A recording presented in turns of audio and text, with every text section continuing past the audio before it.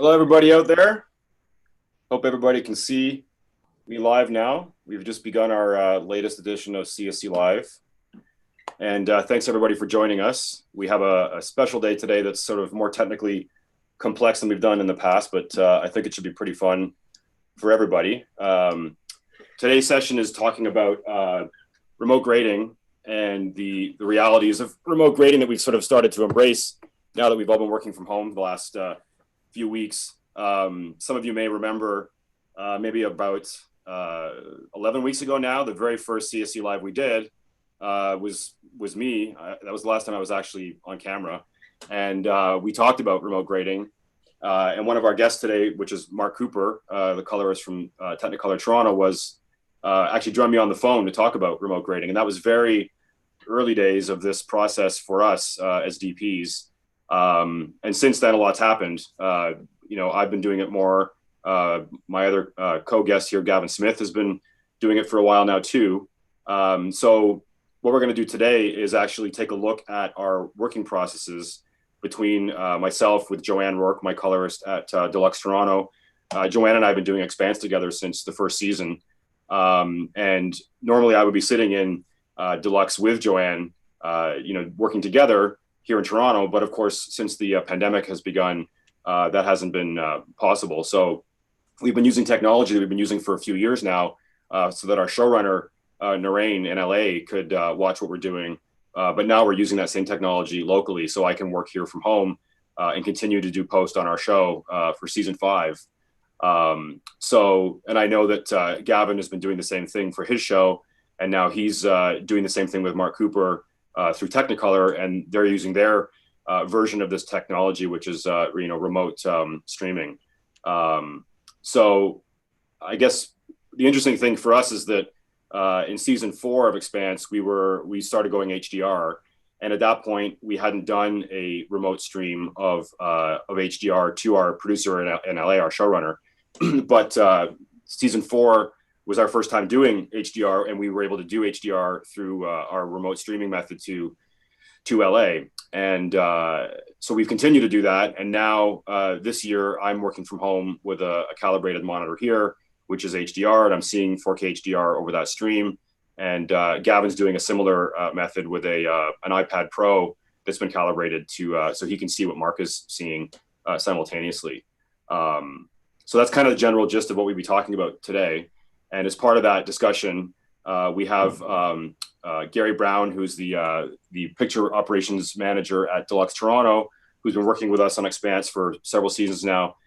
Gary's going to talk a little bit about what the workflow that we use through Deluxe. And then after that, Reid, who is the technical operations manager at Technicolor Toronto, he's going to explain the same thing from Technicolor's standpoint. So Gary, maybe if you can unmute yourself, or I'll unmute you if you like. Where are you there? There you go. I think there you go. You're unmuted, Gary. Can you hear me? Yeah, go ahead. Hear me? Alrighty. I'm just going to try to share my screen with you here. Just 1 second.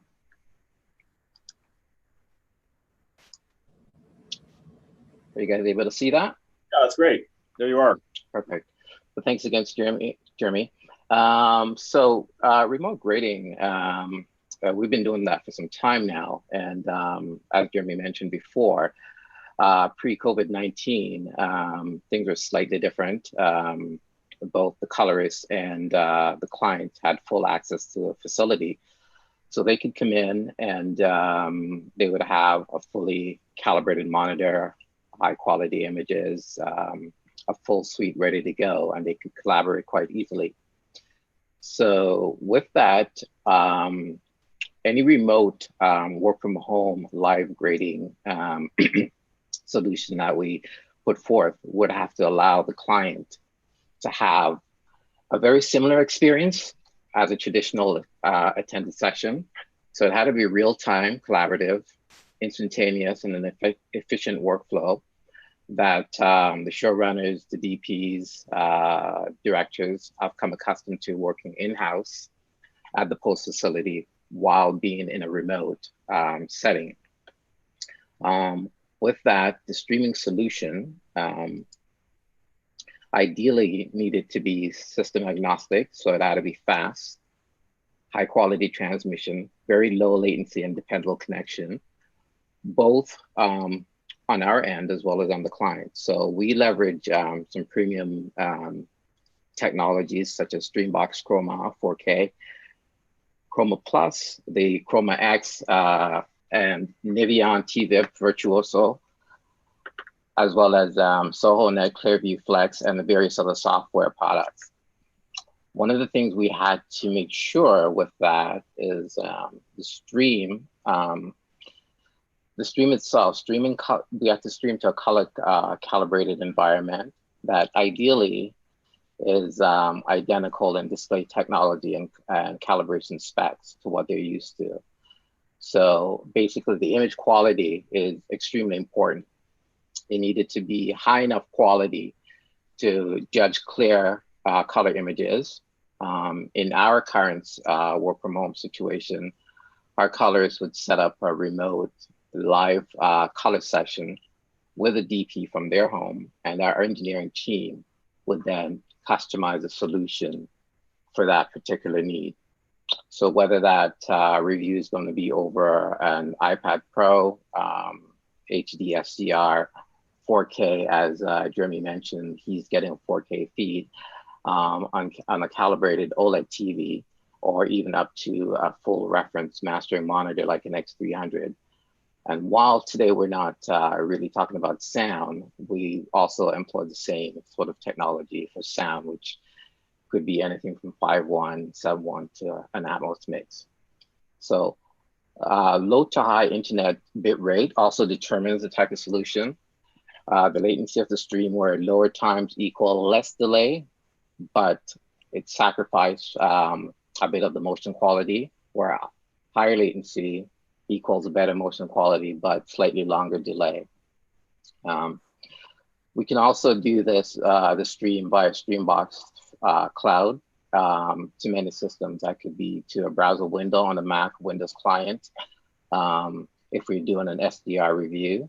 And it allows anyone located around the world to join in the review session. So the biggest challenge we have with most of this is just making everything plug and play. There's limited IT intervention, and also it has to be easy for the client to set up. And of course, most importantly, the data needs to be secure and encrypted. And for that, we have a VPN set up that allows our colorists to communicate back to the facility in a very secure way over the internet. This flow chart that you're looking at is a brief layout of what's happening today with our colorist, Joanne, and Jeremy, of course. Prior to our having to move and change things the way we do, not having access to the facility, we had to deploy some things very quickly. And our engineering team for this particular show, the Expanse, had to set up a review platform where they had to scale from one streaming system to about 6 in a very short time. So they had to gather all the equipment, calibrate the monitor, get things shipped, and also, we were all social distancing at that time. So it wasn't easy to get into people's houses. We had to make sure everything was working before we deployed it. Installation was completely on the creative side, as in the case with Jeremy here. We sent his equipment, and basically he had to set it up at home. He's pretty technical, so that helped quite a bit. The color grading system for our colorists, we had to deploy a full color grading system in our home as well. So that meant a full reference monitor, a full color workstation with panels, and a system that she's used to working with from the office right in her home, ready to go. And essentially on the creative side, Jeremy, he would, like Jeremy mentioned before, his showrunner, which is in LA, has a similar setup to him where he's got a calibrated monitor. Jeremy himself has a calibrated monitor, and I believe they have a VFX team here locally that has a similar thing. And as well, there are a few local producers that also wanted to be on the feed, and they're working from an iPad. So what would happen is our engineers set up a system where our colorists would stream once to the cloud, and everyone else would be able to pull that stream down to their devices in real time. They could all collaborate completely in sync, and they could be a part of that creative session as Joanne and Jeremy would work, and they would hear everything that is happening and see it live.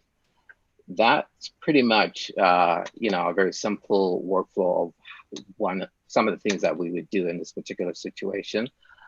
Jeremy, I'm going to send it back to you. All right. Thanks, Gary.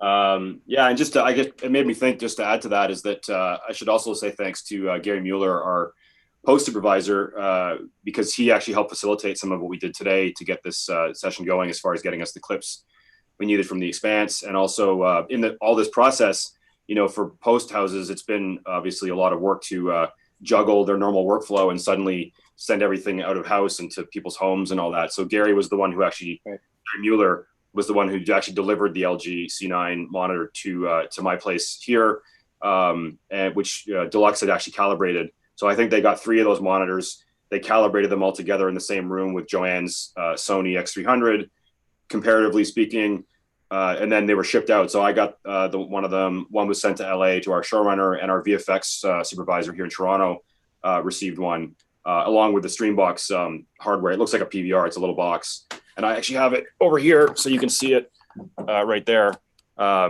So it was kind of plug and play. It was actually quite simple. Once I plugged it into an Ethernet port, it pretty much just, you turn it on and there it is.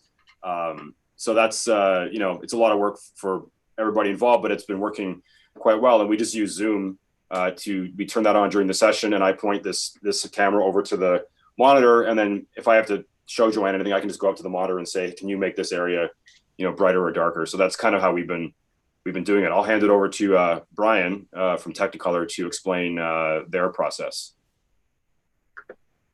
Thanks, Jeremy. I'll just again share my screen here.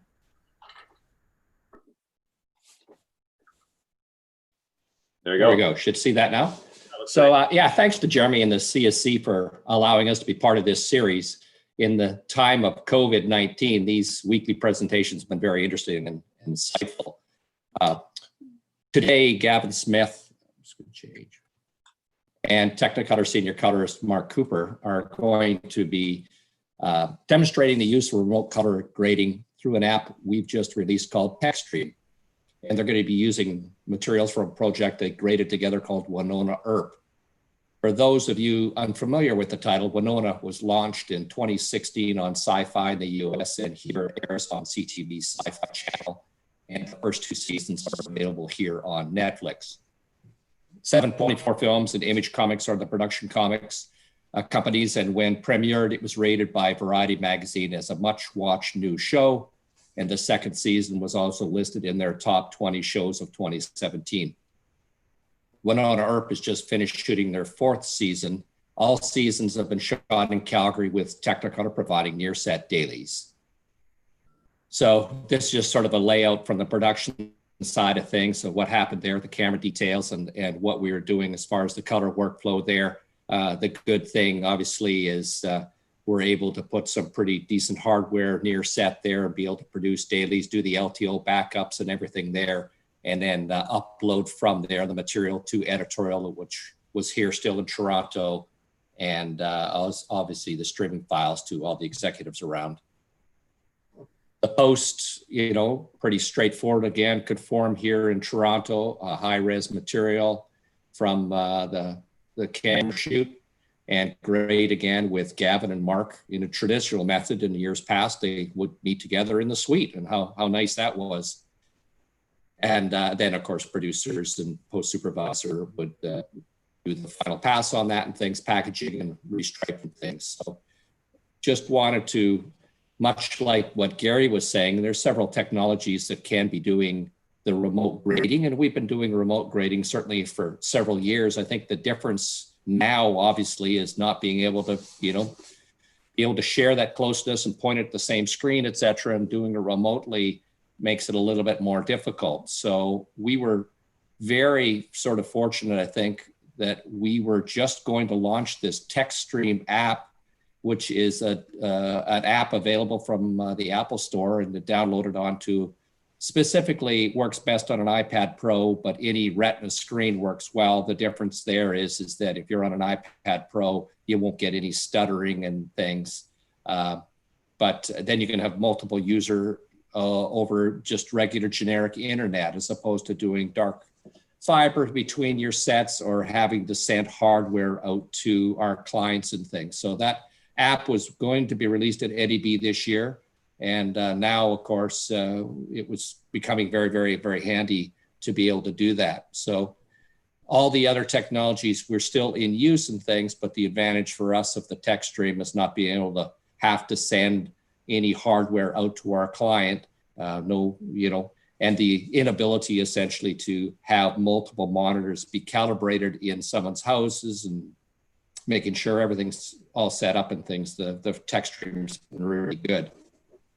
So what is TechStream? So very, very simple, just sort of app that basically allows you to use either Wi-Fi and or LTE, which is great if you've got poor Wi-Fi, knowing the demands of Wi-Fi on everyone's houses these days. It's been pretty difficult to sometimes get that. So it can use LTE as well, and it can support, we say 6, but we've certainly had experience with it being several more people than that and things. And you essentially just download the app and log into it on your iPad Pro and put in your email address and a key that we send you individually keyed, because again, security, and it of course is a stream that's been fully secured. So very similar to what we were doing before. Like I said, you download the app. An hour before the session, we send out the email with the 5-digit keys to each individual user. They're unique keys and only valid for that session. You launch the TechStream app, logging it in, and then basically you're into there. The advantage we're also seeing too is we're using this system extensively on multiple projects, as is our other Technicolor locations in London and Los Angeles.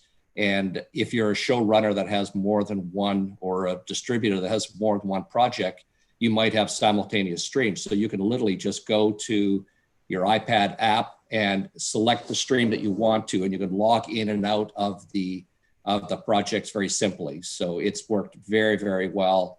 And Mark Kueper, or whatever colorist is doing the session, has an iPad Pro beside his calibrated X300, and we're finding an extremely close match to those, so he can see if there's any issues with the stream or any compression and things, and we can deal with that directly on a one-to-one, so he's seeing exactly what our clients are seeing. So that's worked out very, very well. The one thing I want to mention is the quality and smoothness of the footage you're going to see today is not what, of course, our clients would be seeing on their iPads or televisions. The feed, obviously, from Facebook and Instagram is very compressed and is certainly not even 24 frames a second. So take that in mind, but I think it's a really good representation when we really appreciate Jeremy allowing us to be part of this today. Thanks, Jeremy. I'll toss it back to you. Thanks, Brian. Yeah, so it's, similar systems, different gear, but ultimately we're doing the same thing. Obviously, I know that Mark and I have worked together in the past, and I know that Gavin has a long relationship with Mark. Part of the process that we as DPs kind of rely on is that relationship with a colorist. And Joanne and I go back to the beginning of season 1 of Expanse, so we know that show really well together, and that's kind of a really an important part of this workflow. It hasn't really changed. I mean, really, we're still talking to each other. We're still doing the same things, and we're seeing those changes virtually in real time. So, when we're talking about like minute adjustments of color and, tone, it's important to be able to see those things happen quickly and in a way that you kind of can trust is that Joanne and I or Mark and Gavin you're seeing the same thing, together. So you're making the same judgment calls. So today we kind of set this up so that we can show feeds from a screen share from both what Joanne and I are doing and what Mark and Gavin are doing. Of course, it's a preview. It's not exactly what we're seeing here on the high quality monitors, but for the purposes of this CSC Live, it will allow everyone to kind of just see the workflow. Of course, it's compressed. It's Zoom. It's Facebook crunched and YouTube and all that stuff. But it does give you a good sense of it. Occasionally there are little glitches that happen with the feed. It kind of restores itself. So if we see that happening, I mean, that's kind of what happens occasionally. We're at the mercy of the internet in that case.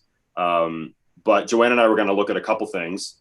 I have two things to show. One is there's a short film that I've been working on for the last 4 years that's complete now.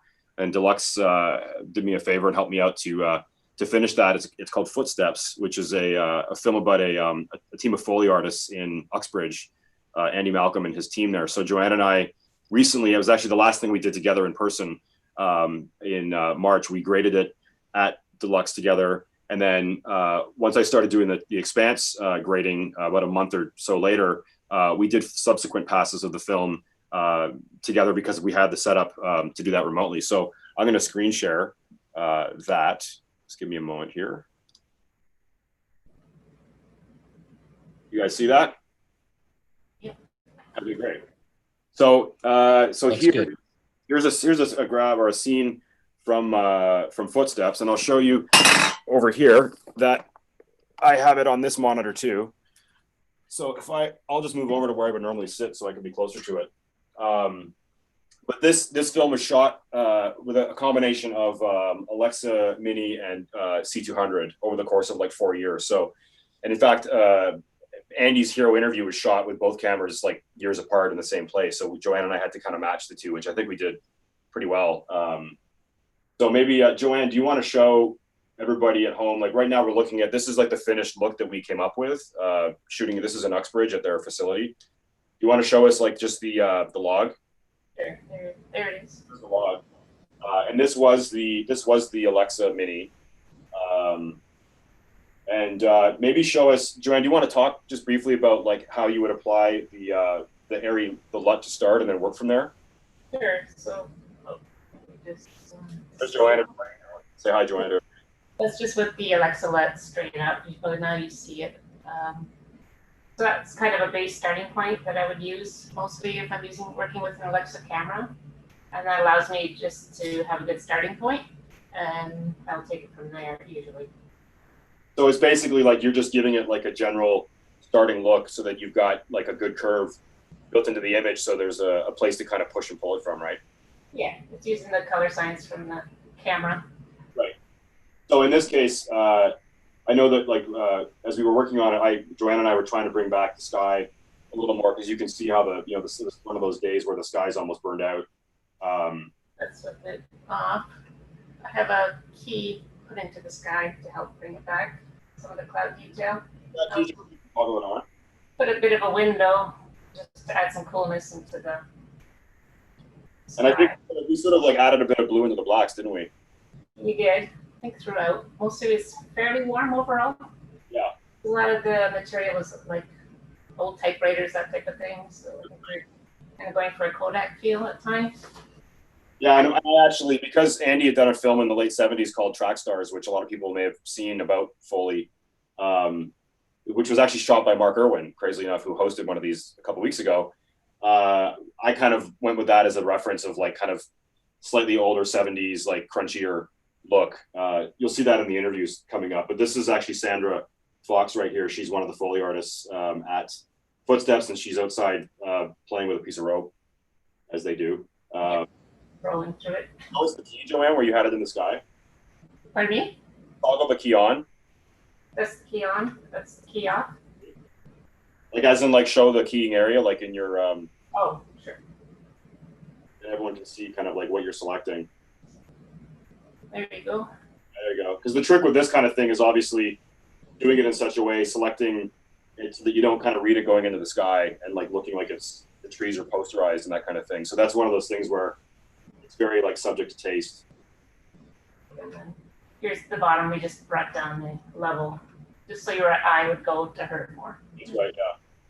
Yeah, because again, this is complete documentary style. This whole thing was very documentary. So, you know, having that kind of control allowed us to sort of shape the look throughout the course of the short.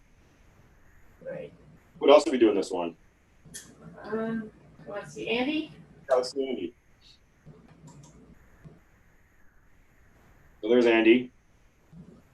And so we have both Andy interviews here, right? Yes, we have the one. This was the first one on the MIDI. And then the latter one, which we'll see next, was shot on the C200. So there's the C200. There's a large part that's matching just some of the color tones. Yeah, the green didn't read the same on the C200 on his shirt. And he actually wore the exact same shirt like 4 years later. So, so Joanne was able to kind of bring the green back in the C200 to look more like the way the Alexa saw the green.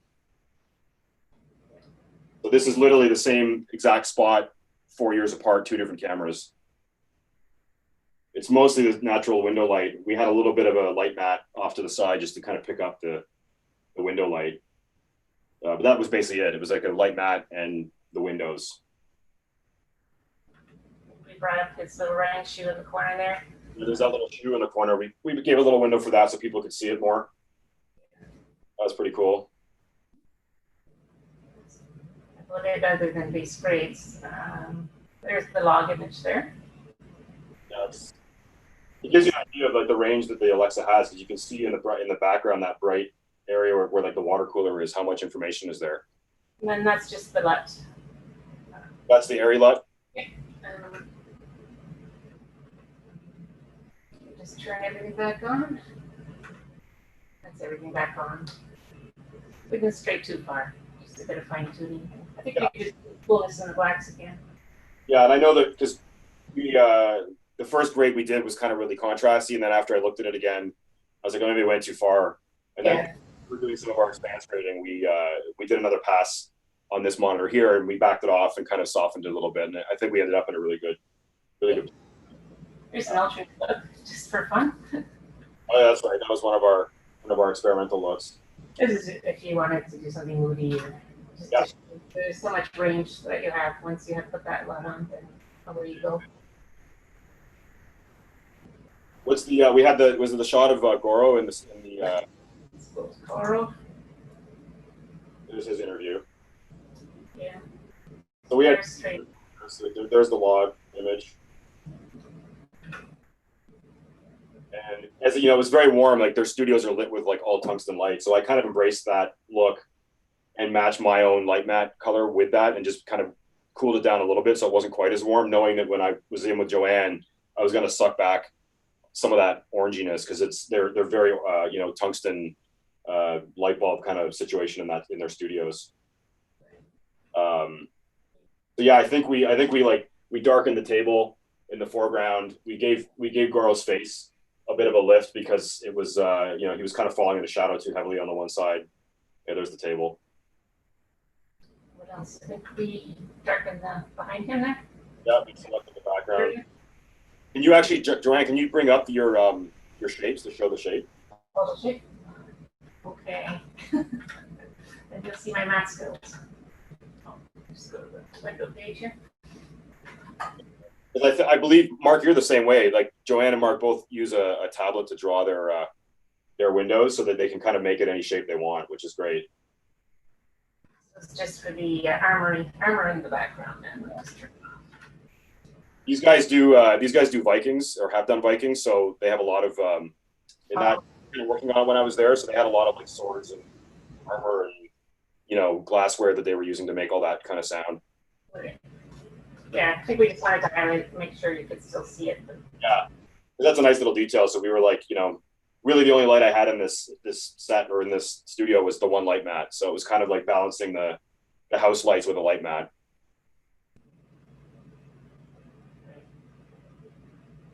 Just as an example, not that you would ever do this, but you could change the color of a shirt if you really wanted to.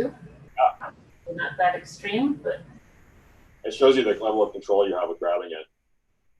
Exactly. Yeah. We also, I remember we did For this, one of the things the first time I looked at it after we did our first pass, I thought that we were too hot with the highlights. So we did kind of like a softening of the highlights overall, just to kind of bring it so his skin wasn't so. Right, let me find that. So yeah, that's where we were, I think, before. Yeah. Bring it into more of the mood of the film when we softened it. Yeah. We went to that kind of lower level, which I think was a better match to everything else. It, for whatever reason, his interview stuck out to me as being too crunchy and too poppy. I think it ended up in a nice place. Yeah. And of course, the little lift on his left eye that we did to kind of bring up the shadow side of his face, Joanne tracked that so that, you know, as he moves around, it follows his face, obviously. Here, I'll turn it on again.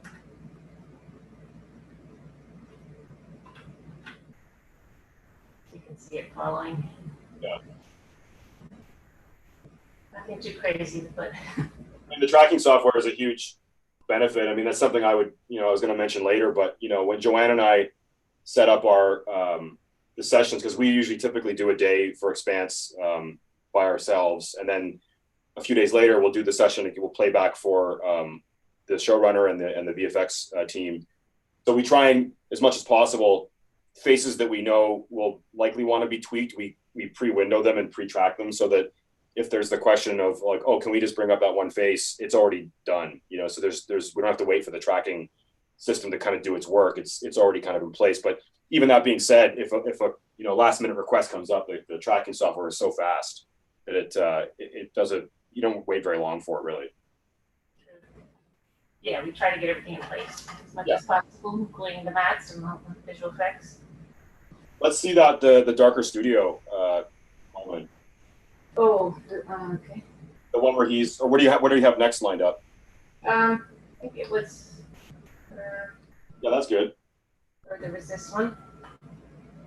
Right, and this was an example where we had the monitor on the left that Sandra's looking at was like burned out, so we had to track the monitor in to kind of bring back the detail in it, and also her glasses. The monitor red is like purple in her glasses, so Joanne and I like kind of worked to track her face to like the glasses to make the reflection not be like bright purple. Right. And again, like the overall warmth of the. Got the ceiling down. Right. Yeah, brought her up. So take the thing. Yeah, it's the glasses. Yeah, there's the glasses. And I think, yeah, then we did a softening overall at the end. And that was my second pass. It was like, oh, it's too crunchy. Let's just back everything off contrast wise. So we did like a softer pass on it, which. There's the log. See it. And I believe this was the C200 at this point.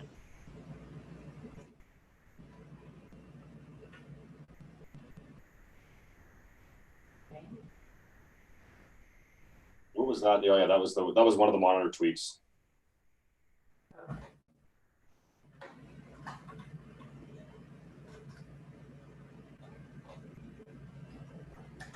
You want to jump to the Goro in the studio, the darker one? Sure. And after that, we can switch to Expanse. Okay. This was an example of like, you know, it was already a pretty moody room, but I wanted to take it even further, so we kind of shaped it in around, like, you know, we darkened the ceiling and the floor. Actually, this one we left straight up because we were gonna. Right, we're gonna do that for this, and we were gonna like show the Do ability. that now.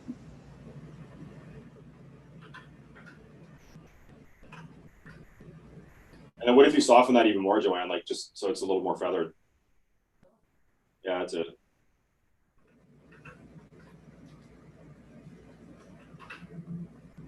We were gonna bring the car up a bit. Do the floor too, like where that cable is on the floor. What about the cable?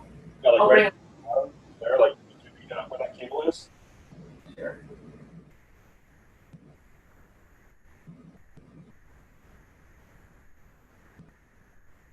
Have your head of it.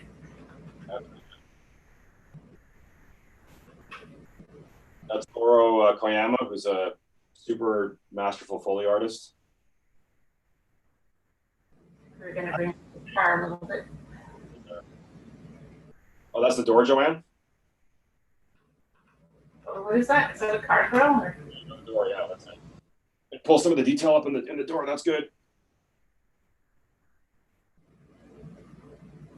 That's pretty cool. Obviously, the trick with that kind of thing is not to go so far that you make the blacks milky, but I think we're in a pretty good place there. And then we thought we might bring up his footsteps a bit. Lift up his So, big contact across. just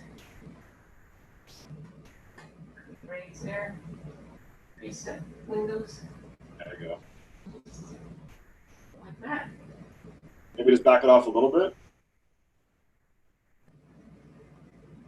Yeah, right there. That's good. That's great. Just cooling it off a little bit. And what if you just go? You just add a little bit more coolness, right? Yeah. What if you go just a little more like cyan in the blacks? Sure. There. Yeah, there. And then maybe just like now, just like an overall, like bring it down overall slightly. Yeah, that's cool. The difference there. How's that feel motion?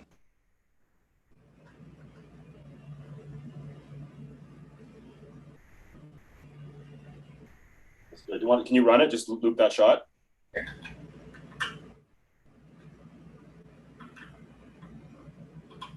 Well, there we go. Just was a bit of a delay. Here we go. Yeah, that's good. Yeah, the windows feel good. I'm not sensing them on the top and bottom. Yeah, it probably would take some time to track them.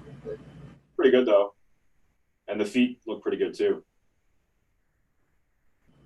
Cool. Why don't we jump to Expanse? Is our last show and tell here.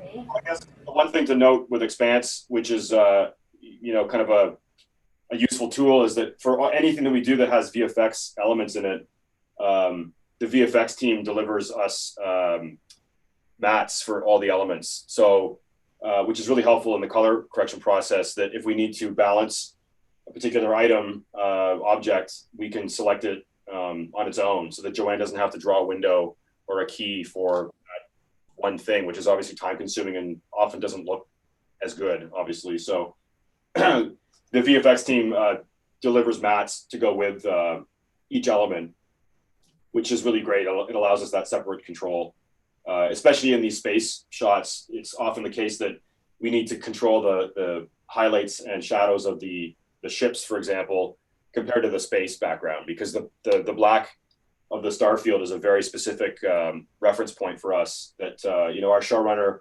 and the team in general is very particular about that black point in the star field. So we need to always make sure that our VFX elements sit properly against that they feel like they're actually there, not lifted on top of it. So this is an example of that, where I know that, because Joanne, can you show that example of how we would bring the highlights down on the ships typically? Sure. So, yeah, Noreen is quite particular. He understands all the physics behind everything. Yeah. And the speeds and how much light there would be in space, depending on where they are located at the time. Because we're always having to compensate for like how far away they are from the sun, because it gets weaker as they get further away from the sun. And typically our VFX team gives us the elements with more information, like brighter than they should be, so that we can always bring them back, because otherwise going the other direction doesn't work as well. These are some instances I don't use LUTs in this case when we receive the space shots, just because Noreen likes to see that added detail in the mid-range and the low mids. That's right. It's just easier to turn off the LUT and start from scratch. So you did the little highlight toggle there? Oh, let me do the toggle. Are you seeing it? Yep, there it is. Yep.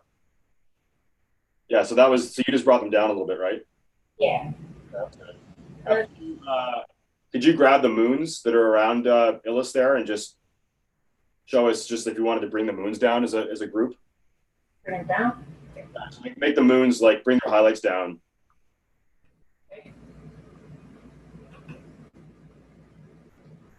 Are you seeing that? Yep. Go even, yeah, there they are. Go a little for, yeah, that's pretty good. Oh yeah, I think everybody can probably see that. I can see it happening here too. Okay. So why don't we jump to the next shot? Let's go to, this is a pretty cool shot. Let's run it. Yeah, sure. I don't know what the speed will be, but it gives you an idea. This is the Rosie boat to land on Illis, correct? Accelerating, basically a SpaceX style landing.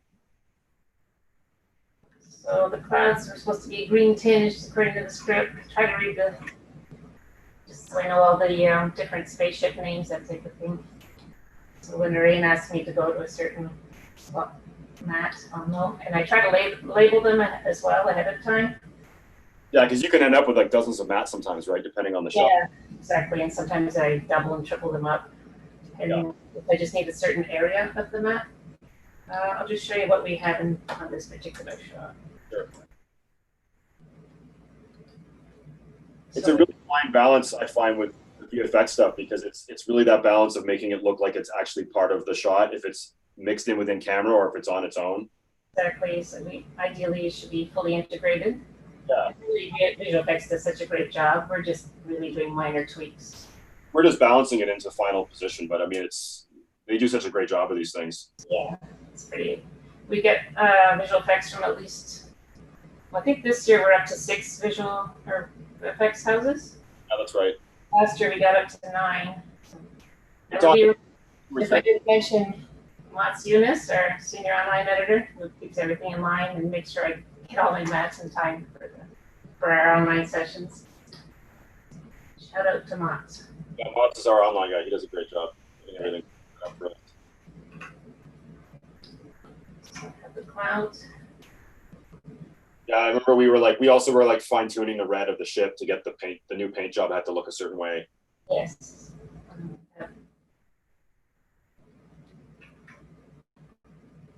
Didn't we, when we actually went to the landing, when we had the ship, when the steam is kind of overtaking the camera, we were playing with that because we were trying to get the steam at the right level too. So.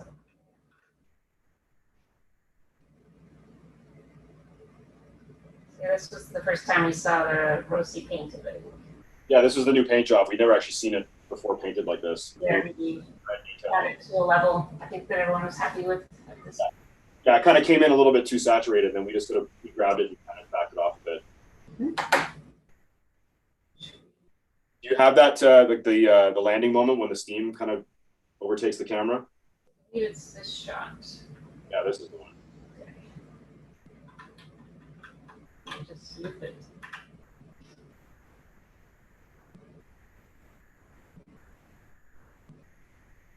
Yeah, this was tricky getting the steam to all look blended in.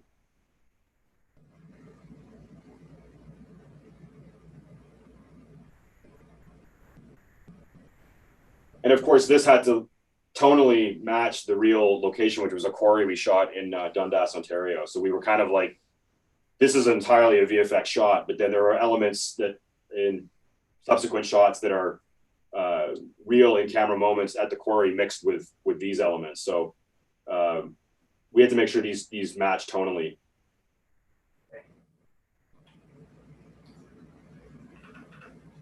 But, what did we have to the steam? Yeah, we had the ship, and then we had something on the steam itself. We remember we darkened the steam down because it was reading too bright. Yeah, that's where it was when it came in. Can you run it for a sec with the brighter version and then show the darker version? Sure.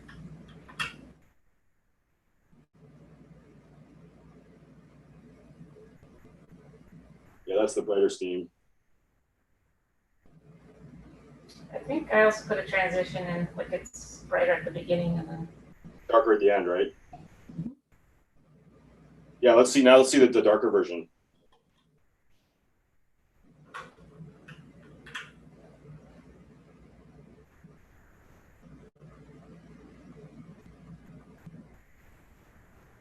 Yeah, that's pretty cool. Yeah, I just sort of like it basically made the steam more of like a dark thing that overtakes the camera. Right, and then we had a mat for the rocks, but I don't think we did too much with those. No, we didn't need to. What should we look at on the surface to show like Maybe one of the drone shots matching in with the walking. Oh, like one of these or Yeah. earlier? Yeah, this is good because then this will cut in with them, like one of the ground level shots. So this was actual DJI the Zen Muse X7 camera, and this is pretty much a real shot. This is the quarry actually looks like this. It's all the kind of mineral tailing ponds that are like weird cobalt blue colors. And then this is our heroes. They're actually walking on that. That's the place they're walking from the drone shot. And that's the same area. I think they kind of sped them up a little bit, but that really is the actual landscape, which is totally bizarre. And then for this, we also we switched to anamorphic for Illis itself, and then now we're back to the drone. So that was a Steadicam shot with the Mini, and now we're on a drone shot, and that set is real.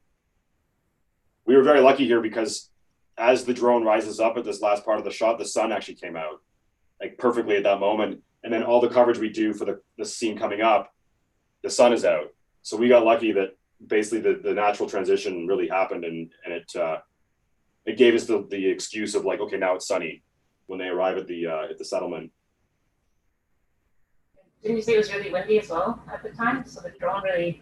Amazing that camera like performed how it did because it was super windy, and I mean that's one of the benefits of these smaller drones is they can withstand those higher winds.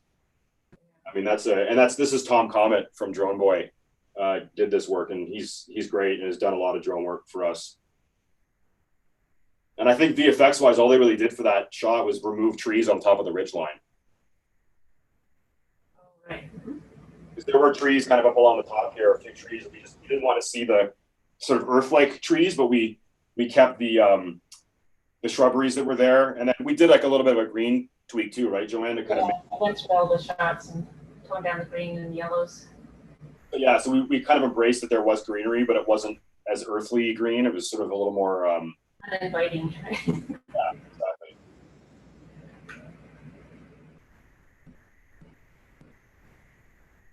Can you show us the log version of this shot? Oh, sure.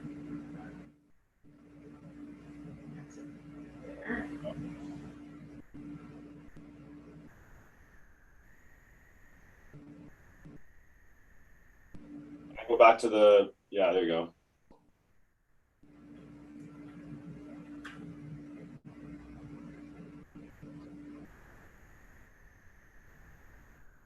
Gives you a good sense of it. Someone's asking if we did bluish looking camera. So no. No, this was, I mean, primarily on this, I don't use any coloration filters. You can see the original log. Go back to that again, Joanne. So that's what you're seeing there is basically what the camera shot, which you can see is pretty neutral. And I believe we balanced the camera, including the drone, at 5600 Kelvin outside and just keep it totally clean, so that we can kind of steer it around as we need to, in the color correction. Why don't we jump to one last one, and then I'll hand it over to Mark. What one would you like to look at? Do you want the mats? Something with mats, or just? Mats. Pardon? Yeah, sure, something with mats. Let's see if there's anything inside that we did.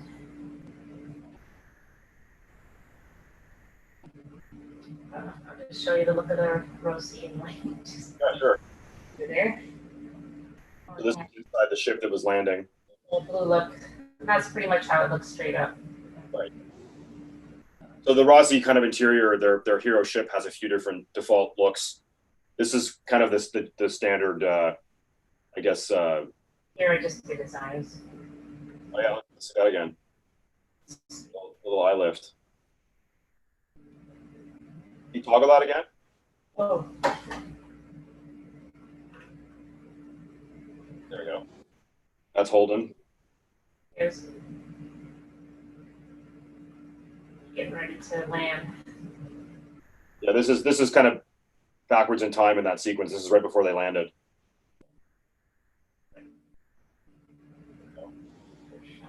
Let's see what else we have here. Give us some. mats for these shots. Right. I have a mat for that. A mat for the rooms. It's the first time we see the rooms, I think. We have a mixture of like in-camera monitors that are actually shot in camera, and then some are VFX. So it's for us, it's a total mix of the two. So it's a matter of making sure that the ones that are comped look like the ones that were shot in camera. Because that's a mixture of both in camera and because sometimes when we shoot it from a story-wise standpoint, we don't have the graphics done yet because the story they need to tweak it in the editing stage. So sometimes we commit to it in camera and sometimes we don't. And sometimes even when we shoot that we've committed to from a story standpoint, it changes a little bit later. So they have to recomp in an element. So it's always a matter of matching what the real camera ones look like.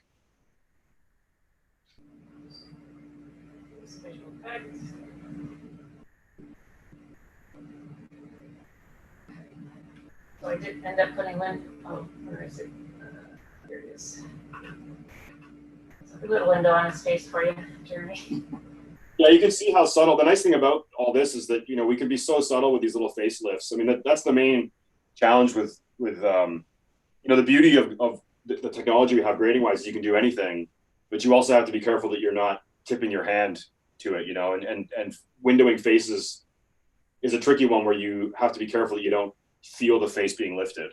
And, so for us, I think we've gotten pretty good at trying to find that balance of pulling someone's face out of the shadow a little bit without feeling it as they move around. Yeah, try not to make it too obvious. Yeah, I mean, really, the audience shouldn't even be aware of it, but it's just enough that you can kind of sense it. Yeah, just subtle shaping, really. Yeah, well, and that's the beauty of being able to draw your own shapes too, is that you can kind of customize it to the person's face. Yeah. Yeah. So yeah, what I do is I'll show you quickly. We'll get out of here. Just add a window to his face. So I have some presets that on the screen that I have built in, and then I can modify them how I like. Yeah. Kind of thing. Soften them up, and then say we wanted to add a hint more. And part of it is timing too, because sometimes you want it to turn on in a certain part of the shot and then go away for another part. So it's a matter of choosing that moment. Yes. So we do a lot of that. Yeah. Is there anything else you want to show, Joanne, before I hand it over to Mark? I think that's good. I think we covered everything we were hoping to cover. Well, if anybody has questions, of course they can write in, and Christina will forward them. We can come back to this, and I'll let Mark do his thing. I'll just walk back and change over the settings here. Pardon me. Thanks for that, Joanne. All right, Mark, I'm going to hand it over to your screen.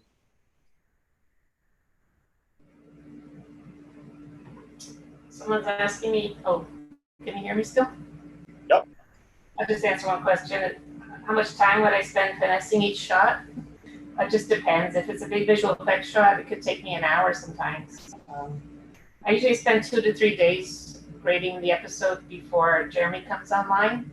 And then we go through it together, and then we finish it with Noreen and spend about 5 hours with him, maybe, on average.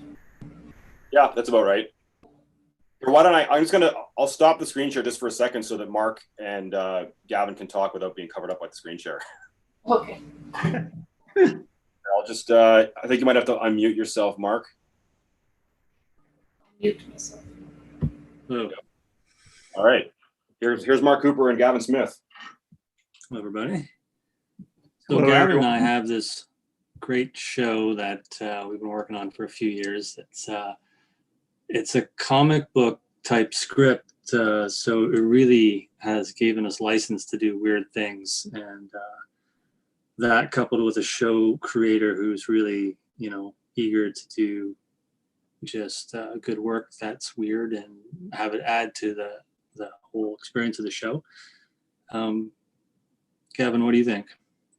Well, maybe I'll just go into a little bit of the background about Wynonna Earp. I have a few things written down here, but I can speak to them. I mean, when we started the show, one of the things that stood out to me with the script is that it really doesn't take itself too seriously. And that's one of the things about the show that is very forefront. So it's quite campy, and a lot of the interaction between the characters is what is in the forefront of the show.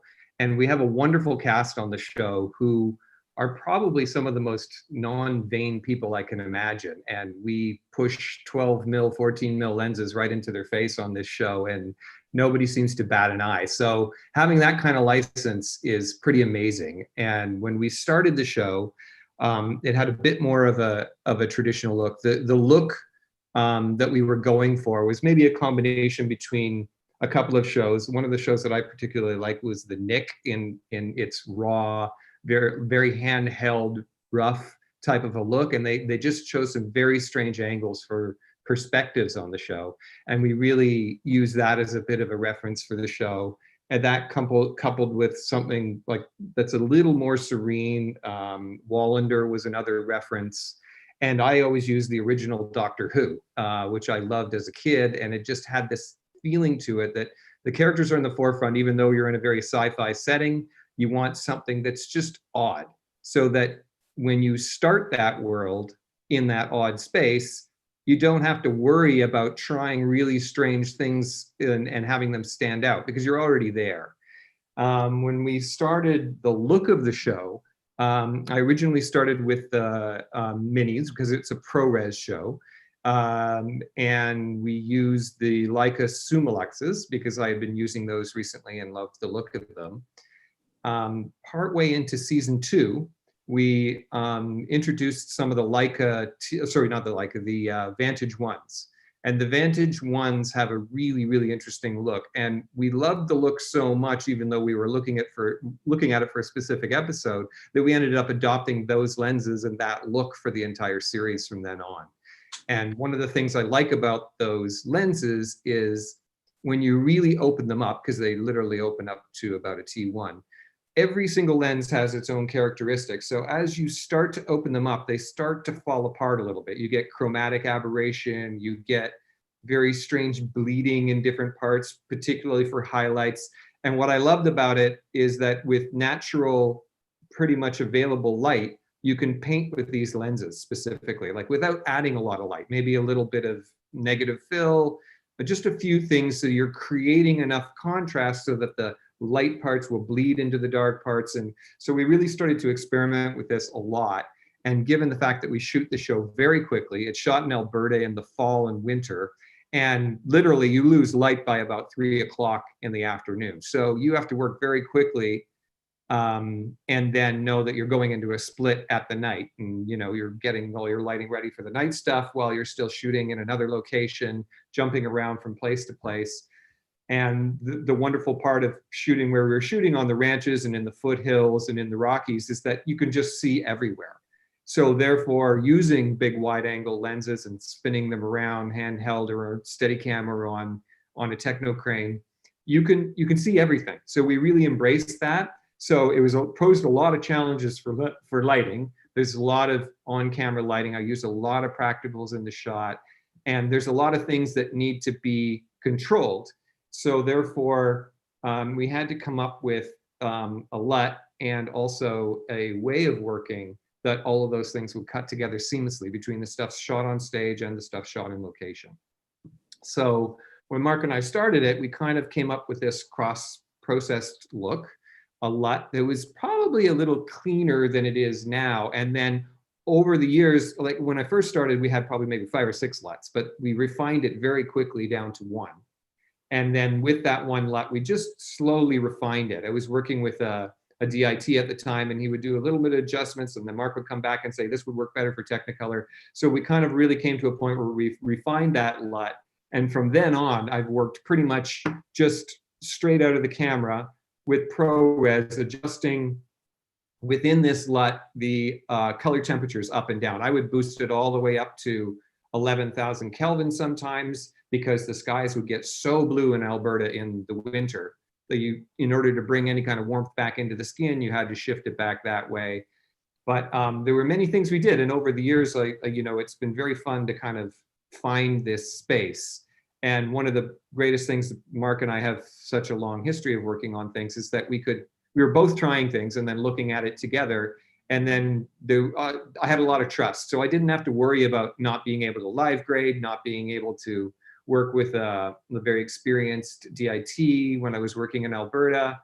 It became a nice process that I felt like I was in good hands working with Mark. Is there anything you wanted to add to that, Mark?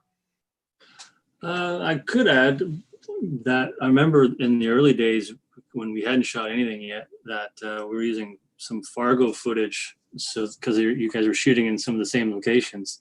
Oh yeah, we started with this cross-process look, and the LUT we ended up with your number one, which we were using for the dailies, because you didn't have a DIT. It really had to do most of the heavy lifting. It's more baked into that LUT than what we sometimes would normally do. But it's done a good job. It also helps me work faster when I'm doing the completion, because everyone's used to the look of the show already. It's most of it's baked in already when we get it here in the shop. So there's no surprises. People get used to the way the offline looks, and we're just tweaking and refining and making it better from there on. And I think if you're doing a show that has a heavy look like that it's important to everybody gets on board with that from the beginning. But it's worked out for this show for sure. Yeah, one of the challenges too is we had a pretty quick shooting schedule on the show, in that we were 6.5 to 7 days for most episodes. So, which is pretty tight on a show that involves effects and shooting largely on location and sometimes on sets. So much of the way the show is shot is dictated by those things. So knowing that, we're going to have to all jump in trucks and race down to the other part of the ranch and get this shot. Sometimes we'd split up and send off a camera somewhere else while we're doing this. And we had to keep things pretty small, because out on the plains, it's really windy. So the advantage to working to one LUT and keeping it as simple as possible on set, because it's not a studio bound show, was really helpful. And then moving on to this type of situation, now that we've launched into remote grading, it's just a dream come true to sit with an iPad and know that everybody else is seeing the same thing. When you're looking at it later, it's an incredible time saver, because if I had the really great graded monitor at home, and then yet the producers are seeing something on a H.264 on their laptop, it's like, well, this doesn't look the same. Well, of course it's not going to look the same. So now having this whole tech stream thing set up, it's just, I love it. I think it's fantastic. And because I'm often not in Toronto, which is my base, it's very good to be able to work with something where everybody's seeing the same thing. So the sessions feel similar to the way they are in the room. Mm-hmm. Maybe we can pull up some stuff. Yeah, one of the things about these particular episodes, this is the end of season 3. There's a lot of weird skies. They wanted to maintain the weird skies. In the script, something about a blood moon. So, we're doing a lot of, see here, I can show you, without our sky work, it's pretty plain. And before this scene, there's a lot of goings on with explaining about what's happening with the sky. So I'm trying to do these keys to just individually try and separate clouds from sky, and just to make it feel a little weirder. I'm gonna go to another shot here.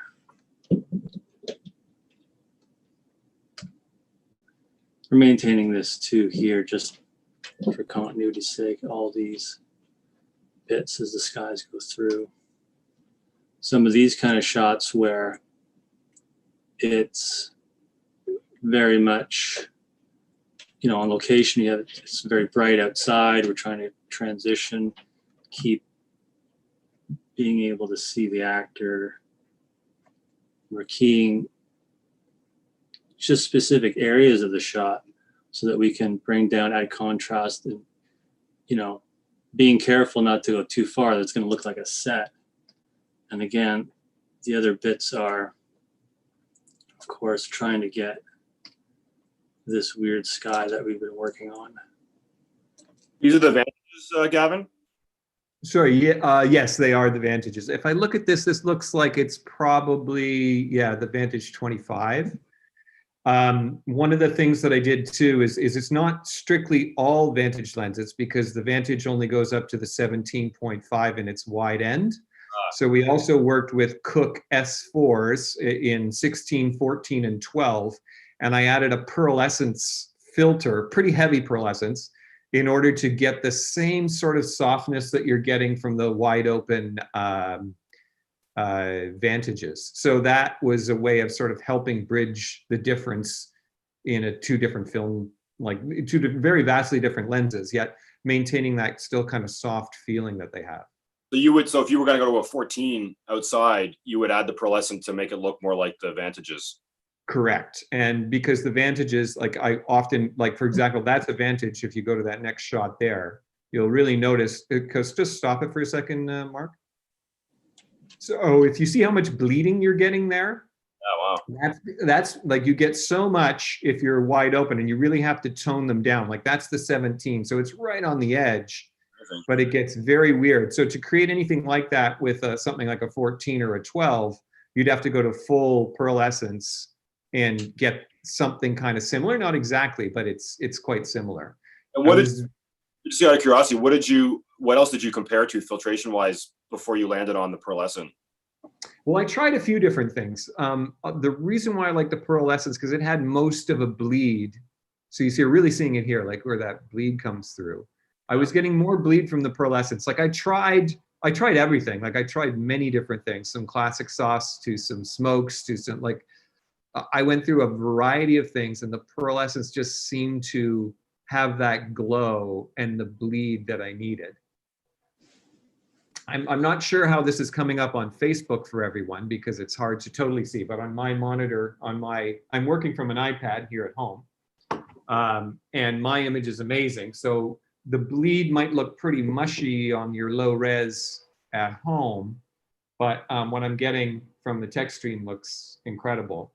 I can see it. I'm looking at the Facebook feed now, and I'm seeing this. The bleed is looking the way I'm seeing it coming through the because I have the TechStream app running on my iPad, which is oh, okay, great. I'm comparing the two, and it's actually pretty close. Oh, that's great. Yeah. Yeah. So, and if we push further into some of the more action sequences there, Mark, you can really kind of see the differences in the lenses. Like when you're working, we had a great focus puller, Corey Budney, working out west, where I was shooting close, and on anything that was a bit long, like I'm calling it long for our show, but that was about a 32, was almost the longest lens we were using for close-ups. You could open it up almost to a T1, but then when you worked on the wider end, anything from a 25 to a 17.5, it really starts to fall apart. But I was always playing with that to find that nice edge. Actually, this is a good shot, that two shot there, Mark, that you were on, of them. If you let it play for a moment, it'll tilt down to the hands, and you can really see the softness around the hands when they go up against the window. You see that bleed happening there. Let it play for a bit. So it really starts to fall apart, but then you come up to there where there's no highlight around them, and they're pretty clear. So it was fun to play with those things. And you can see like they're pretty close to that window behind them, but look how much of a softness you're getting from that super shallow depth of field. It's amazing. Yeah, so it was kind of like I chose these sections because it was very minimal lighting in a lot of these. And now this was a set, of course, and we're cutting between a set, a barn that's partly a set and partly a barn that's on location, and then also out on the location. And one of the advantages I found to working with the Vantages is because of the burnout that you get outside and inside with your sets, to me, it looks like you're in the same place. It actually pulls you away from that set-like feel quite a bit. But were it not for the showrunners embracing this look, you wouldn't have that advantage. So it'd be a lot more work for myself on set, in a way, in order to match up the scenes on location to to the scenes like on the stage. That's a good point. Yeah. So maybe I'll turn this over to Mark because I've been talking a lot about the lenses, and he can just show us some of the things that he's doing there. Well, you wanted to see some action stuff, right? About Yeah, these lenses as well. Play a little bit here. I know it's going to be steppy, but I'm just going to see if there's any text here for a second. you know, we're trying to maintain this part of the sky that, you know, is gonna make it feel like this blood moon, which I mean, as a technique, we're just trying to maybe offset all the blue that's happening with trying to get something happening in the sky that's different. Are you pushing warmth into that center area, Mark? Is that what you're doing? I'm making a key, a luminance key in the sky, so that I can warm those sections up. That's cool. And because we're, you know, the camera's going 360 degrees around, you know, the whole set here, we're just, I gotta go to a new shot, you know, riding the level of how warm do we want that bit to come through to offset all our blue that's happening here. And of just course, as a little change, you know, right. Without it, it's just, sorry, without it, it's perfectly fine. It's just we're trying to add this element of warm that's happening up there, which is, you know, kind of hard to maintain. Sometimes we have nice clouds, so we can play with those and use those. I think on the other side, we have that. It's a little easier to kind of dial it in when you have that. What else is going on here? I'm just going to answer a couple questions while you're maybe pulling something else up there, Mark. There's a couple. Sure, I'm just going to noodle here because I just realized maybe we could do something more dramatic on some of this stuff, like bringing in a vignette on the bottom or something like that. That's cool.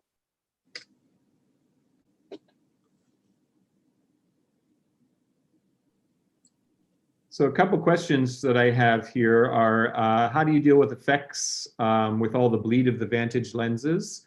And also with such wide lenses, how are you shooting with two cameras?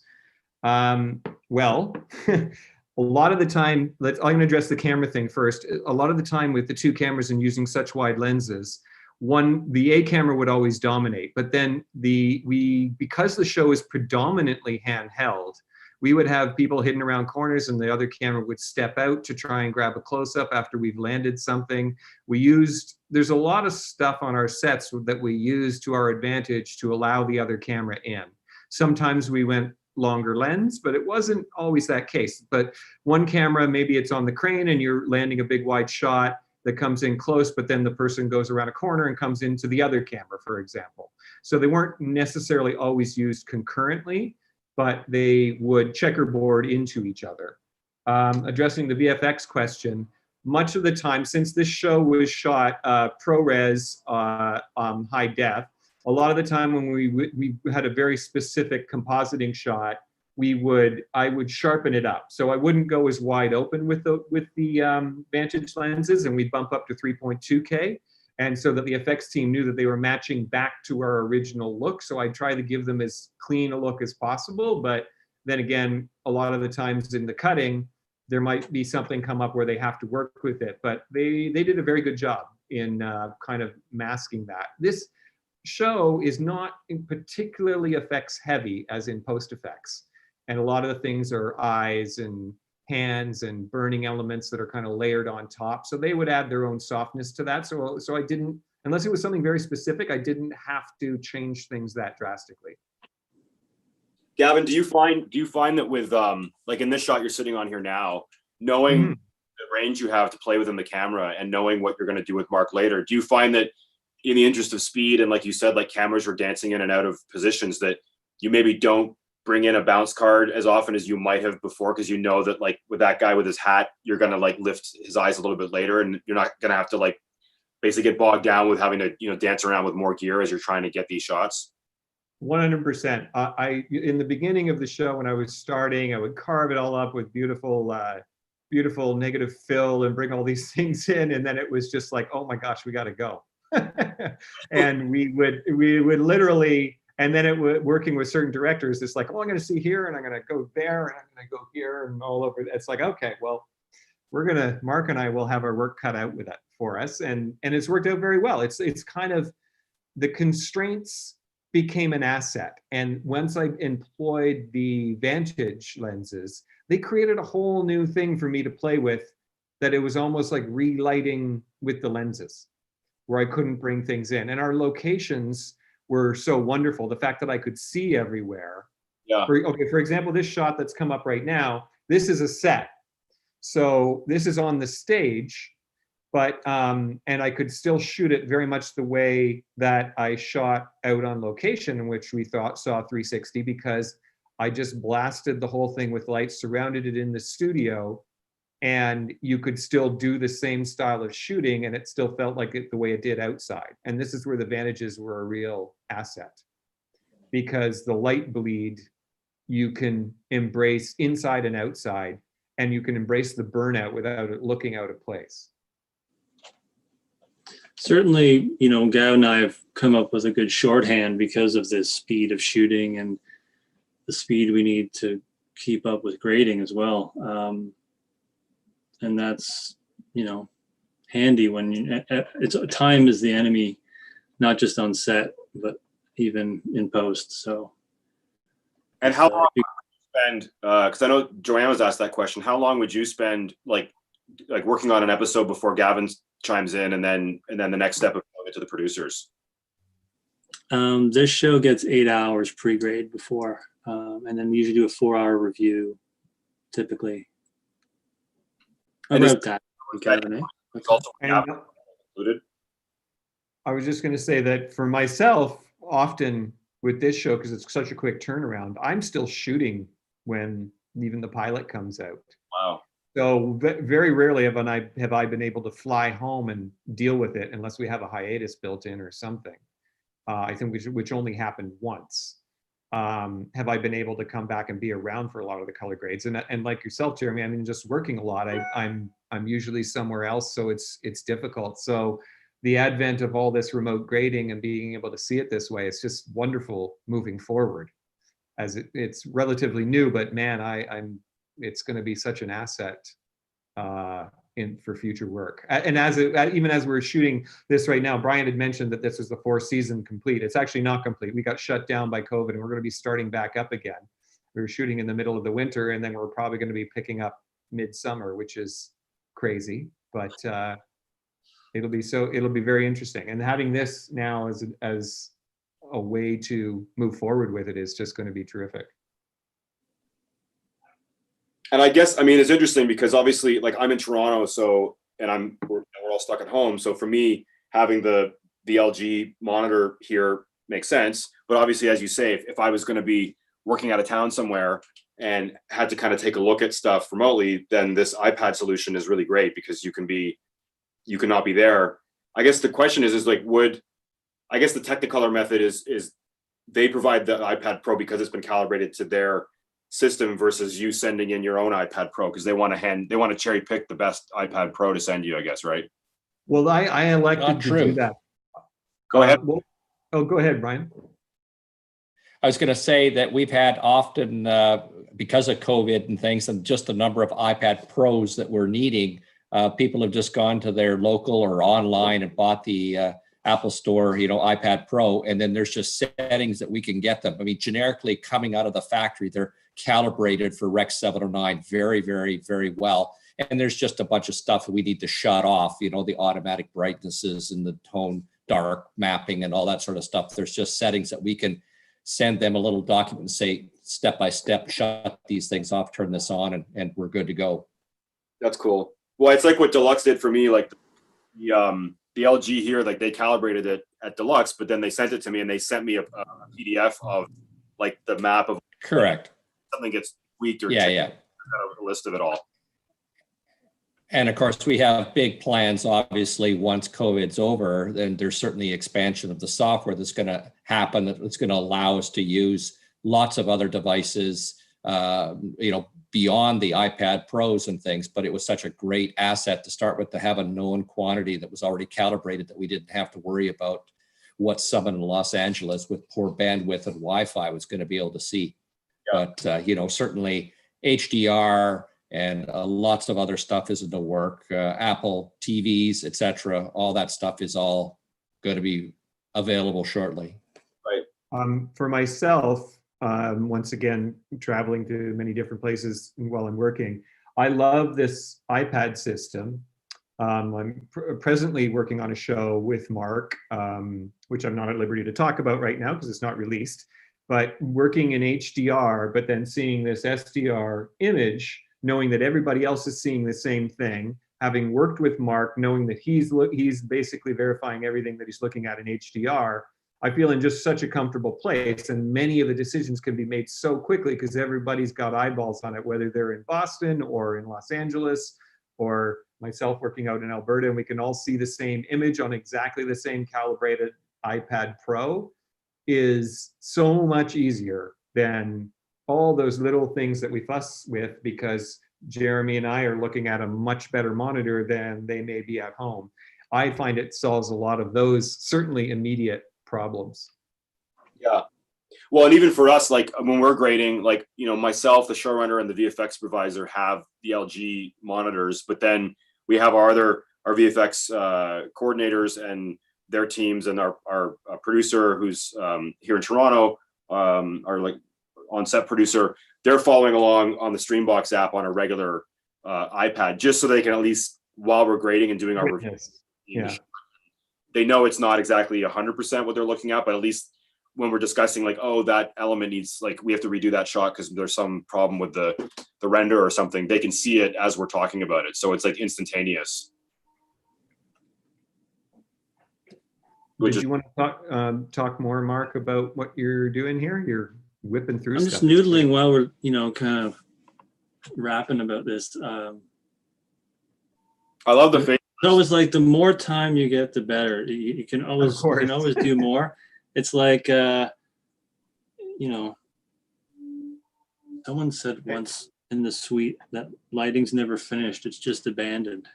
Yes, that's exactly right. And we still keep lighting until we're actually somebody pulls us away from the screen. Right. So same with coloring. You could color all day, all night, and still find little things you want to finesse. So it's part of the fun on a show like this, where you could do, just different things. And an action sequence like this, which is not, that crazy, but it's certainly, there's always, every time you see it, there's like something you could change or improve upon. Yeah. One of the things that's been very nice about this process is that working with Mark, even going into a show, it's one of the first things you ask for. It's like, get your colorist. It's almost as it's important as your A camera operator or your gaffer, if not more, because it's the thing you have to relinquish. I find when I'm working off on location, a lot of the control about, because you're just not around. So you have to definitely work with somebody you trust. And as we've gone through this season, Mark and I, in working on things, I'll always ask him, I say, am I giving you enough in the mids here? Am I giving you enough in the underexposure? Do I need to lift it up a bit? I'll ask him questions that gives him more material to work with later, and just make sure that we're coming in at a good place. And as we go into our color sessions, much of that happens again. It's like, could I have done something that would make your job a little bit easier for us both to achieve what we need to achieve here?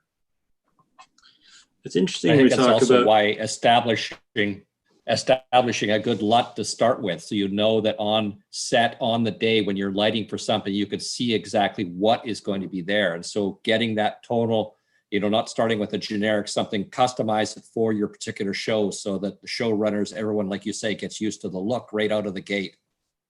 Yes, that's another thing. Actually, look out of the gate is a big thing. I find that you run into it many times when you work on a show, And people are extremely used to seeing what they looked at in the cutting copy or when it's being edited, and they'll always refer back to, well, I really like it to look like it did before. If you never got to put that print on it at the early stage, people get so used to looking at it a certain way that any deviation from that is very difficult to do. So certainly working when you can't do a live grade, working with a really good LUT that you know you can work yourself is great. I mean, it all depends on your budget of your show, obviously, whether you can live grade or more so time to set up what you need to set up in order to get a live grade done quickly. Like, for example, on Wynonna, I'll work with a little Odyssey with a little hood because we have to run off and do shots quickly. And it's got my LUT set up on it, and I will use my aperture motor to adjust to that if we have to do something very quickly and can't get the whole entourage close enough and we're losing the light or whatever.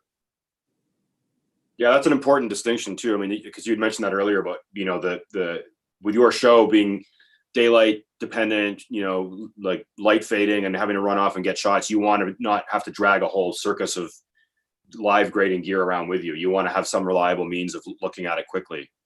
Absolutely. So what I usually do is calibrate my monitors. I use some Flanders monitors with my Odyssey and have it looking as close as it possibly can be, and making sure that the waveform is it lines up nicely so that I could send off an operator to go do a shot and they can still look at it knowing that the look is the same. Right. Yeah, that's important. Yeah. But all of that relates back to working with Mark in that the LUT is essential. I light to the LUT. I very rarely go back even to the log anymore unless I'm doing compositing on this show. And I find that just the more I light to it, then I know little adjustments that we need. But we've been working with this one for 2 years, and it's terrific. Mm-hmm. So you have that LUT basically like in the camera as you're shooting. It's kind of. Yes.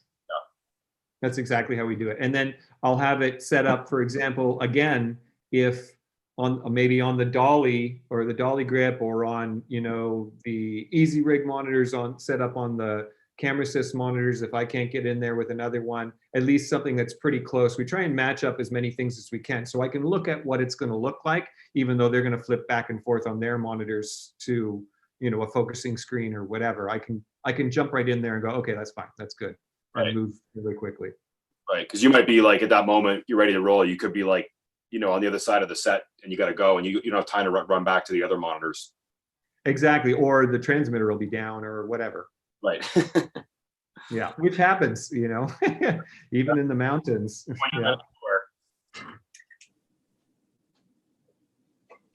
And I mean, the other great thing about, you know, what you're doing and how you're working with available light like this is having the ability to fine tune the color balance of the day as the day changes and clouds come in and out, and, you know, the ambient light gets warmer or cooler. You know, there's not a lot you can really do about that as you're shooting. You kind of have to know you're going to have that control later.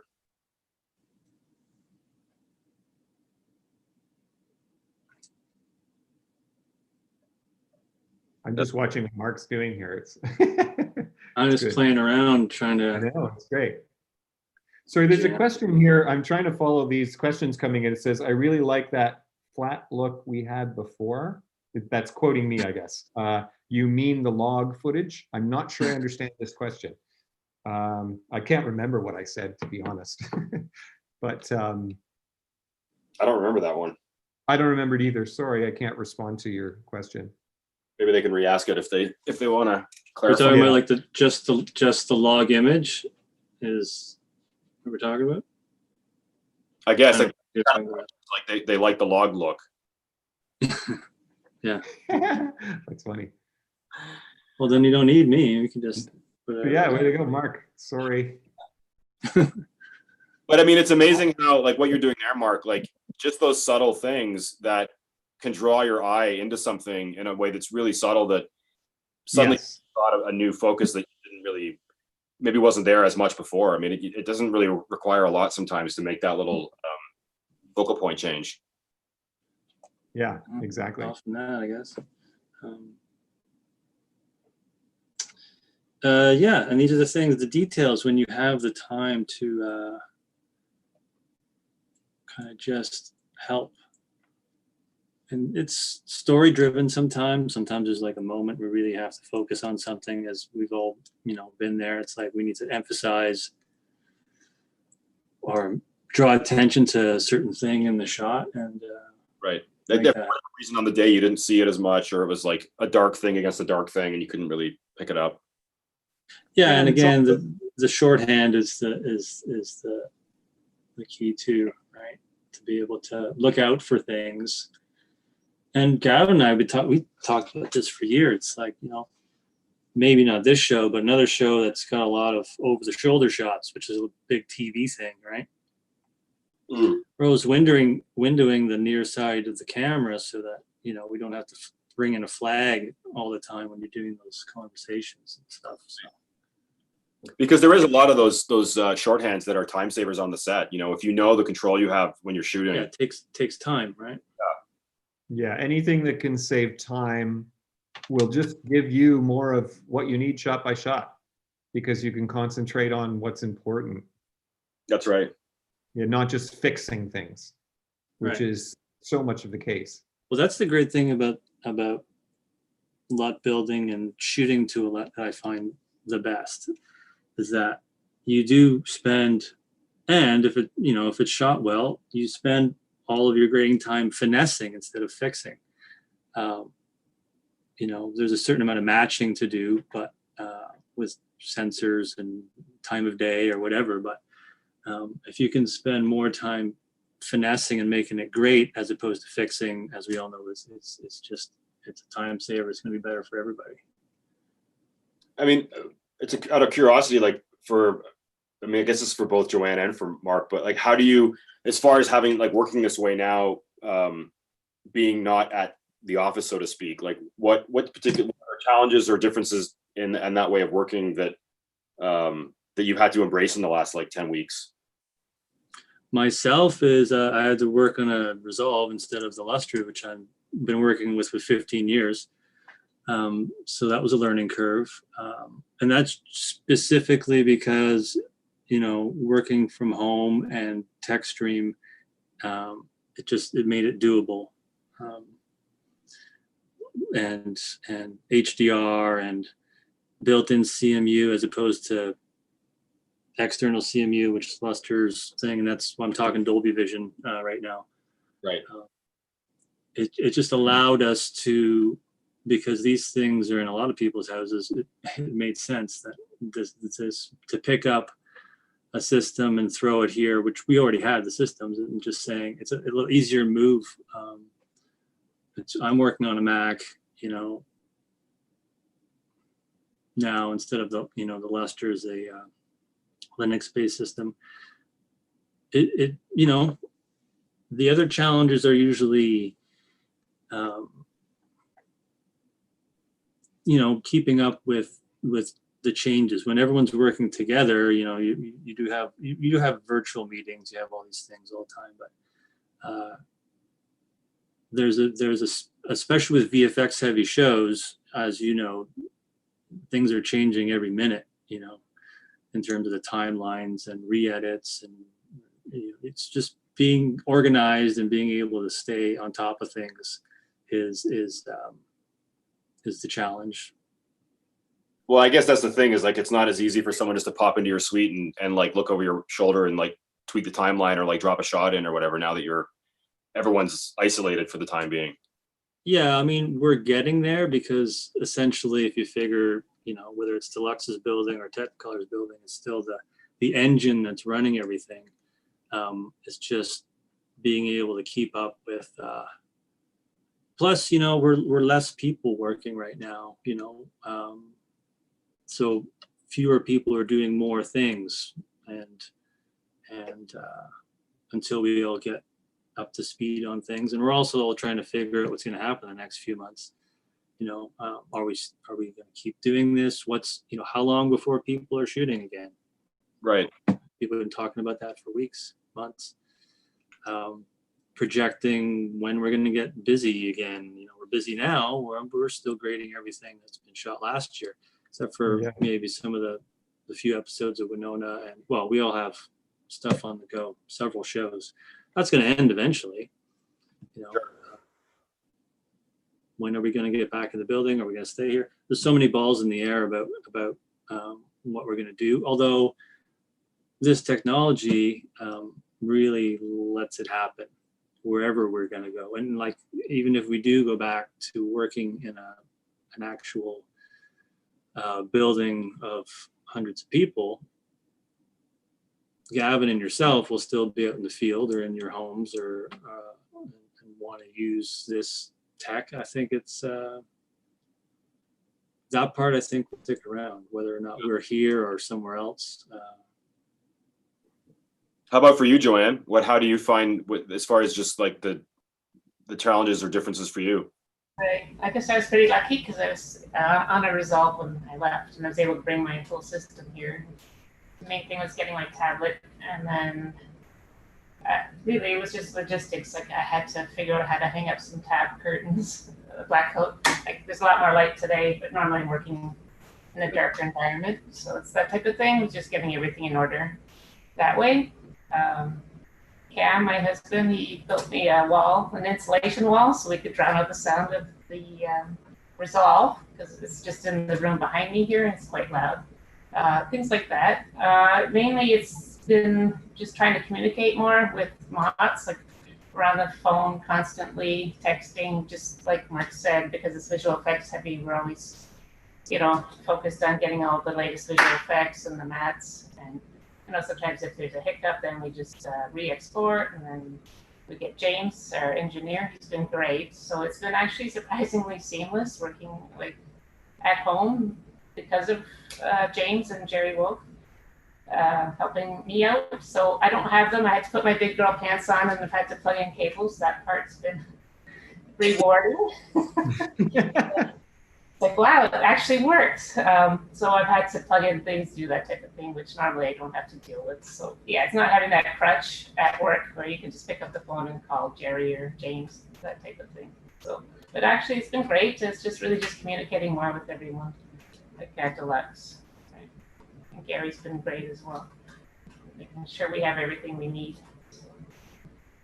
How about Joanne brings up a good point. We have to be our own IT people, our own engineers, our own assistants, our own everything. So, but we're learning and we're doing it. Yeah, a little bit more troubleshooting at times, but it's kind of fun. It's definitely different. Well, I mean, I guess for Gavin and I, the good thing is that it hasn't really changed how we do things ultimately. It's just because we're still communicating in the same way. It's just we're just not in the same room anymore. And I guess Gavin may not have even been in the same room anyways. Yeah.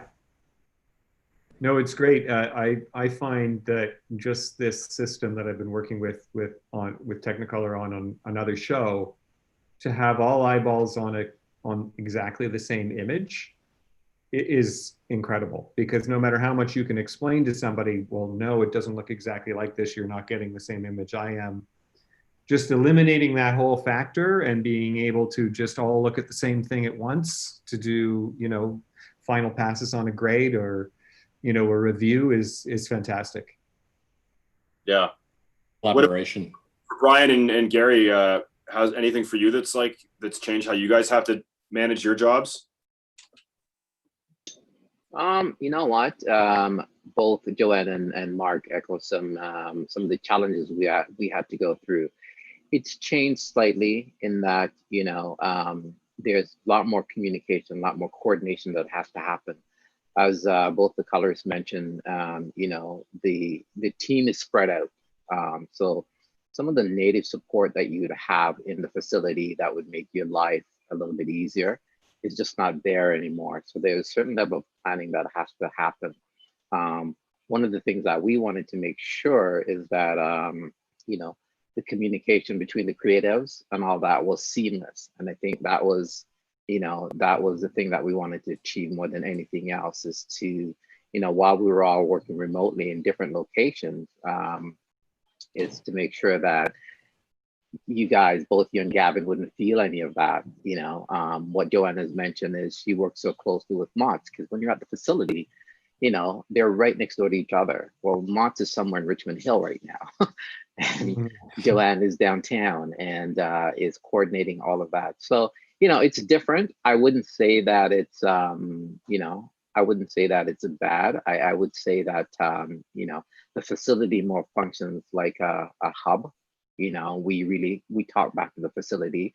The incredible thing for us as well, we have an incredible engineering team that really puts this together and is making it happen. So I would say probably the biggest challenge I find is things tend to be a little bit slower. So we ask the clients to be a little bit more patient because it takes a little bit more time to get certain things done that you could have done fairly quickly when you're back at the shop. Yeah. Yeah, I echo that too. I think that certain functions and certain positions, I don't think will ever come back to the building. I mean, I think that travel time and just the stress of, working, at home that's relieved. Some of those functionality, I mean, we have obviously such a large VFX presence in the world and things. And those were some of the first positions, I think, that were able to work remotely fairly easily because of cloud instances and everything that's happening in that world right now. It's a little more difficult when you're into, final grading where you need to have real-time playback and you need to have those sort of functions that, normal internet's difficult to manage and things. I mean, one of my job functions is working with the DPs on set, and I like to go on set. I like to be able to, talk face to face with them. Obviously, without production, that's not happening and things. Once that comes up, how that looks, is everyone going to be in hazmat suits? We don't know, but I don't think we're going to come back into the same world that we were before. I think a lot of stuff will change. And I think, honestly, in many cases, as long as we still have the same client experience, et cetera, it's all going to be good. I think you're right, Brian. This kind of reminds me maybe of, better client experience, Probably. I think I think it will change and definitely at least speed up this digital kind of work from home situation as well. I think it feels a little bit like when we were migrating from that tape format to a more file-based workflow, and we had a lot of HDR tape when Japan went through that tsunami. This feels like that, like it's going to just accelerate what we've already started. So, yeah, more to come. We'll see what that looks like. I don't know if the norm will be what we considered the norm before. It's going to be somewhat different. Yeah. I think, like I say, we see, go ahead. Go ahead, Brian.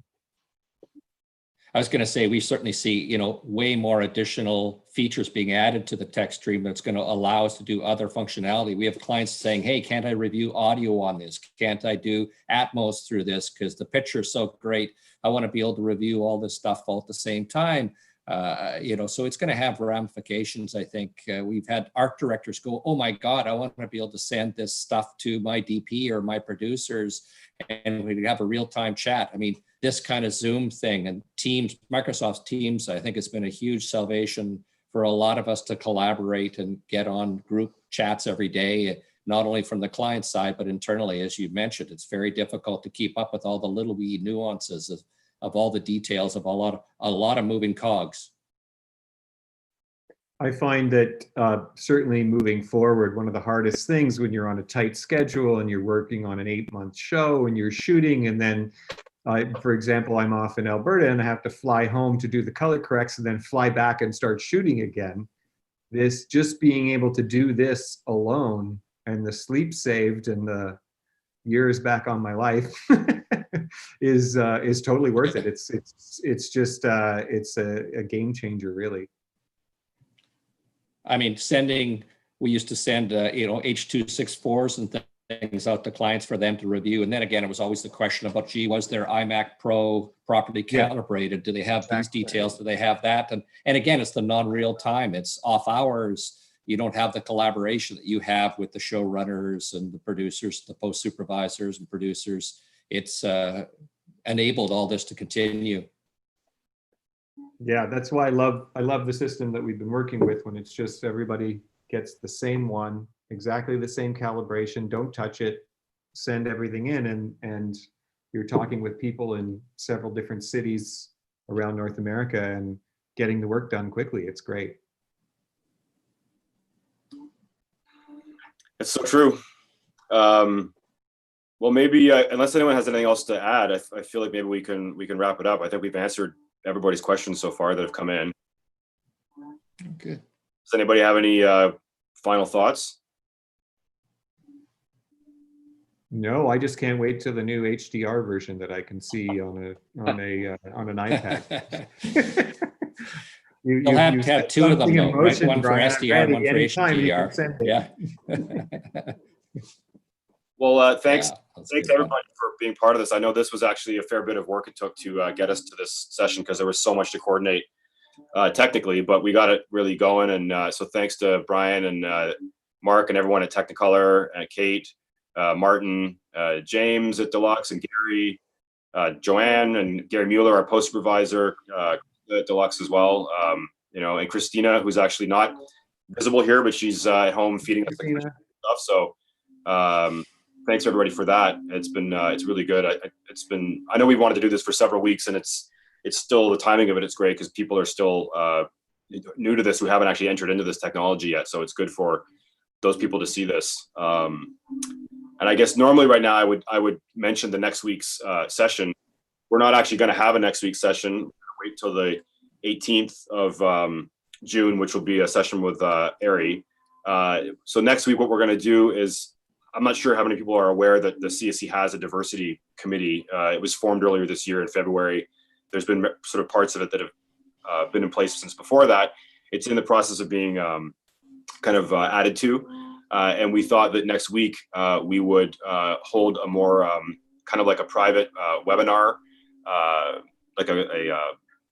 like a collaboration effort where we're going to bring in our members of color, members from that community to hold a session to sort of talk about ways that the CSC can be more involved, or to do things to kind of inclusiveness through this diversity committee, which is new. So those details will be coming shortly. It's in the process of being put together. So there'll be an email that will go out to our members, which will kind of make this a private invite. It'll be kind of an internal discussion, but it'll be for all of our members to take part in, and something that we can use to move forward with. So look for that in the next couple of days.